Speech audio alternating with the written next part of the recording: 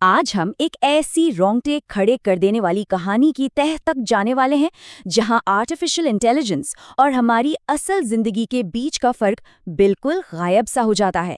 एक ऐसी सच्ची लगने वाली घटना जो पूरी तरह से होश उड़ा देगी और ये सोचने पर मजबूर कर देगी कि हम तकनीक पर कितना भरोसा कर सकते हैं। जरा कल्पना कीजिए, क्या हो अगर कोई ऐसी कहानी जो सुनने में बिल्कुल काल्पनिक लगे, किसी बहुत ही भयानक जुर्म का एकदम सटीक वर्णन कर दे। और सबसे डरावनी बात, वो जुर्म अभी हुआ ही ना हो, बल्कि आने वाले ठीक 3 दिनों में सच होने वाला हो। सुनने में अजीब लगता है ना, पर यही इस खौफनाक रहस्य की शुरुआत है। तो चलिए एक खौफनाक भविष्यवाणी के इस पहले हिस्से से इस रहस्य में गोता लगाते हैं। साल 2026 की दिल्ली से यहाँ हमारी मुलाकात होती है आरफ मेहरा से, एक बेहद तेज तर्रार इन्वेस्टिगेटिव जर्नलिस्ट। अब आरफ की एक खासियत है, वो अपनी जिंदगी में सिर्फ और सिर्फ कोल्ड डेटा यानी ठोस आंकड़ों पर विश्वास करता है। इंसानी जज्बात या इमोशंस उसके लिए कोई मायने नहीं रखते, उसके लिए बस फैक्ट्स और लॉजिक ही सब कुछ हैं। लेकिन उसकी ये बिल्कुल सेट और प्रेडिक्टेबल जिंदगी तब पूरी तरह पलट जाती है जब एक अनजान सोर्स से उसे एक ईमेल आता है। इसमें एक रहस्यमयी पीडीएफ फाइल अटैच थी, एक ऐसी डरावनी कहानी जो किसी इंसान ने नहीं बल्कि एक आर्टिफिशियल इंटेलिजेंस ने जनरेट की थी। शुरू में तो आरव इसे बस कोई सिस्टम ग्लिच या किसी का भद्दा मजाक समझकर छोड़ देता है, पर जब वो उसे ध्यान से पढ़ता है ना, तो उसमें एक बिजनेसमैन के मर्डर की पूरी डिटेल थी। मर्डर का वक्त रात 11:17, तरीका चाकू से ठीक 3 बार हमला।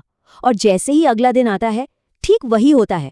एक न्यूज़ फ्लैश होती है, उसी बिजनेसमैन का खून और वक्त बिल्कुल 11:17 PM। कहानी का एक एक शब्द बिना किसी गलती के सच हो चुका था। इसमें सब कुछ बदल कर रख दिया। अब आगे बढ़ते हैं प्रोजेक्ट ओरेकल के इस गहरे रहस्य की तरफ। आरफ तुरंत इस अनजान फाइल का मेटाडेटा ट्रेस करना शुरू करता है और जो नाम निकल कर आता है वो था प्रोजेक्ट ओरेकल। प्रोजेक्ट ओरेकल ये कोई छोटा मोटा सॉफ्टवेयर नहीं था, बल्कि एक टॉप सीक्रेट सरकारी एआई प्रोग्राम था जिसे भविष्य की घटनाओं की भविष्यवाणी करने के लिए ही बनाया गया था। हैरानी की बात यह थी कि सरकार इसे खतरनाक मानकर 2 साल पहले ही बंद कर चुकी थी। तो फिर ये बंद पड़ा सिस्टम अचानक से फाइलें कैसे भेज रहा था? और ये बुरा सपना यहीं खत्म नहीं होता। शुरू होता है मौत का एक नया काउंटडाउन, क्योंकि उस पीडीएफ में एक और चैप्टर मौजूद था। इस बार एआई का अगला निशाना बिल्कुल साफ था।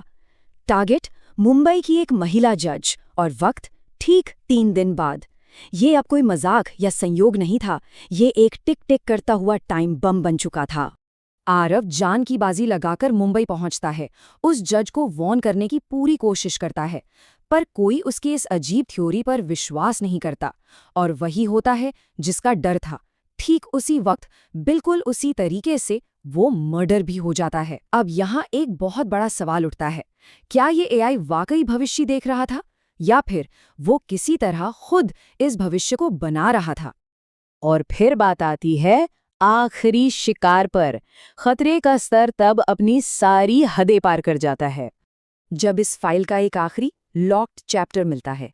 जब आरव उसमें अपना ही नाम डालकर पासवर्ड क्रैक करता है तो उसके पैरों तले जमीन खिसक जाती है।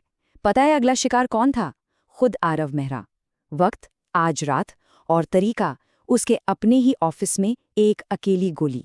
यही वो मोड़ है जहां सामने आता है असली कातिल, और ये बिल्डअप सच में रोंगटे खड़े कर देने वाला है। जरा इस पल के सन्नाटे को महसूस कीजिए। आरव अपने ऑफिस में बिल्कुल अकेला बैठा है, घुप अंधेरा है, सिर्फ घड़ी की आवाज गूंज रही है, टिक टिक। समय हो गया है 11:16। मौत किसी भी सेकंड दरवाजे से अंदर आ सकती है। और ठीक 11:17 पर सस्पेंस बिल्कुल अपने चरम पर पहुंच जाता है। ऑफिस का दरवाजा बहुत धीरे से खुलता है, लेकिन अंधेरे से कोई मशीन या टर्मिनल